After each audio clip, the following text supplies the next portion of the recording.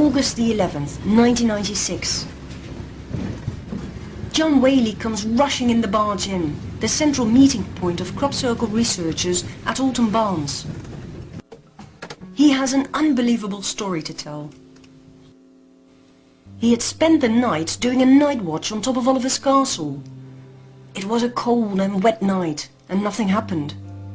He fell asleep, but was awakened by a strange sound in the early morning hours. As he got up, he saw bright balls of light rushing over a wheat field below. He grabbed his video camera and pressed record.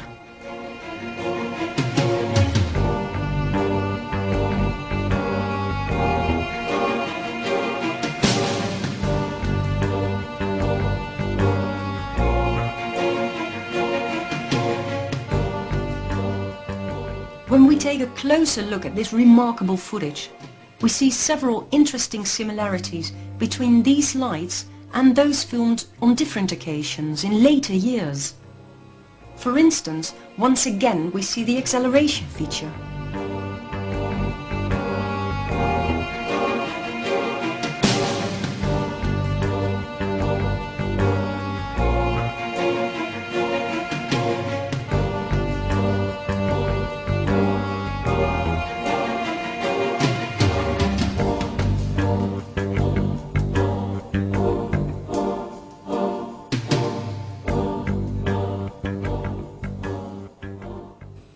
The splitting of a light into two separate lights also was captured by John Smith.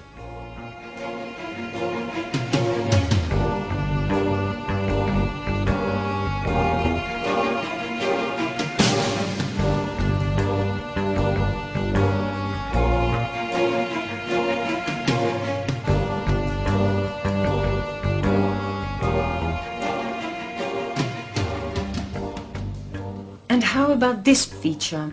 No matter how far the lights travel from the camera's lens, they do not become smaller to our perception.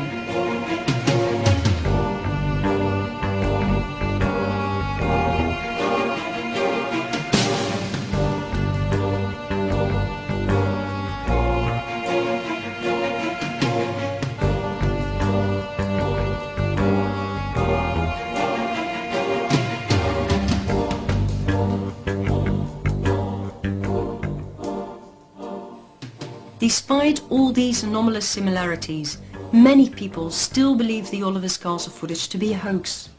The footage is simply too good to be true. The footage.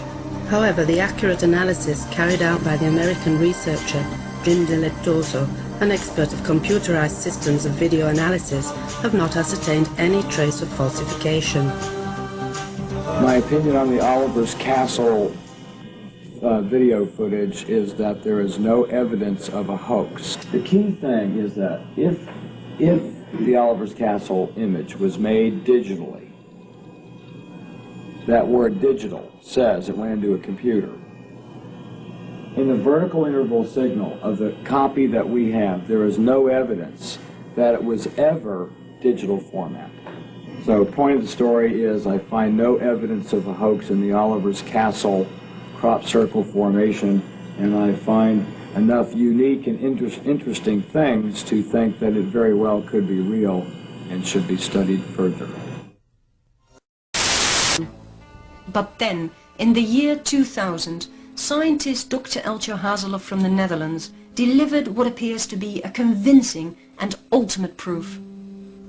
If you perform trivial experimental physics to the plans in these crop circles, you can in fact deliver scientific evidence that these balls of light might very well have caused the crop circle. Inside crop circles, it was discovered 5 or 6 years ago that the nodes, which are the knuckles in the stems, are actually much longer, quite often. And it is suggested that this increase in length is a result of heat. The nodes get warm, they expand, it's a thermal expansion, and they remain long afterwards. So you can measure the increased node length. And that's exactly what he did. He sampled several crop circles and very meticulously measured hundreds of nodes. The outcome was crystal clear. The nodes had expanded the most in the centers of the circles. The closer to the perimeter of the circles, the less the nodes had expanded. Dr. Haseloff then compared this distribution model of node lengthening with several other mathematical models and discovered a 100% match with one of them. The mathematical model of electromagnetic radiation distribution of a point source. If you take the electromagnetic model for a point source, which is a ball of light, it's a small source of electromagnetic radiation, and you look at the intensity distribution of this radiation on the floor level, then it's something you can calculate. It's easy, it's straightforward physics. You can compare this with the light intensity distribution from a light bulb hanging on the ceiling. Right below the light bulb there's a bright light, and towards the edges it gradually falls off towards darkness. And this can be determined quantitatively. If you know the height of the lamp, you know exactly what the light distribution is. And it turns out that the node lengthening, as measured in the field, corresponds perfectly to the distribution of a small electromagnetic source hanging above the field. And when I say perfectly, I mean perfectly. This is not rocket science, this is trivial experimental physics. And the statistical relevance is 100%. So when somebody says this crop circle was made by a ball of light, which is a very strange story, the physical evidence corroborates this perfectly. It perfectly supports these eyewitness accounts. Dr. Haseloff's paper was peer-reviewed, accepted and published in October 2000 by the internationally recognized scientific journal Physiologia Plantarum, the consequences of which were overwhelming.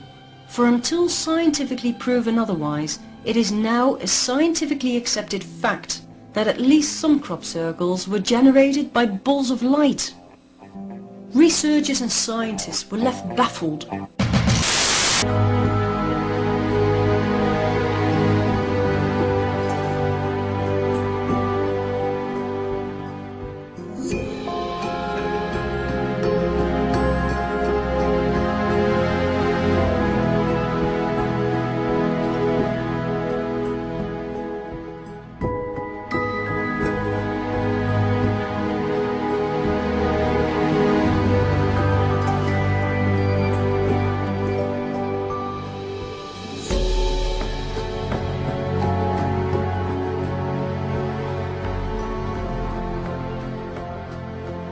Well, the connection with crop circles and consciousness and 2012 is that the crop circles, as they evolved, gave us information. And that information gave us specific a message, data, which was sourced at some point from a consciousness, from a mind.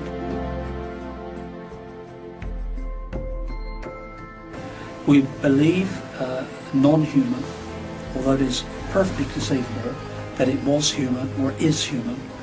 And when we then looked and compared that actual message with 2012, we could see exactly the same information.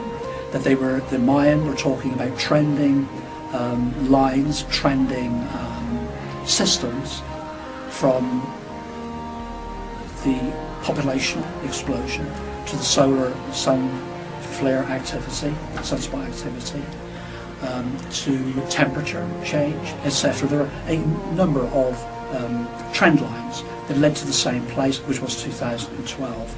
So the Mayan are saying, or are saying in their prophecy, that we're transitioning from one period, a not particularly good period, one based upon dishonesty, deception, greed, into a new period, into the first cycle, part of the new cycle after 2012 is a period up to 2033, which is, they term it the first Khotun of the fifth age, the new period, the golden age, the new age, a better age, based upon truth, respect, honesty, and love.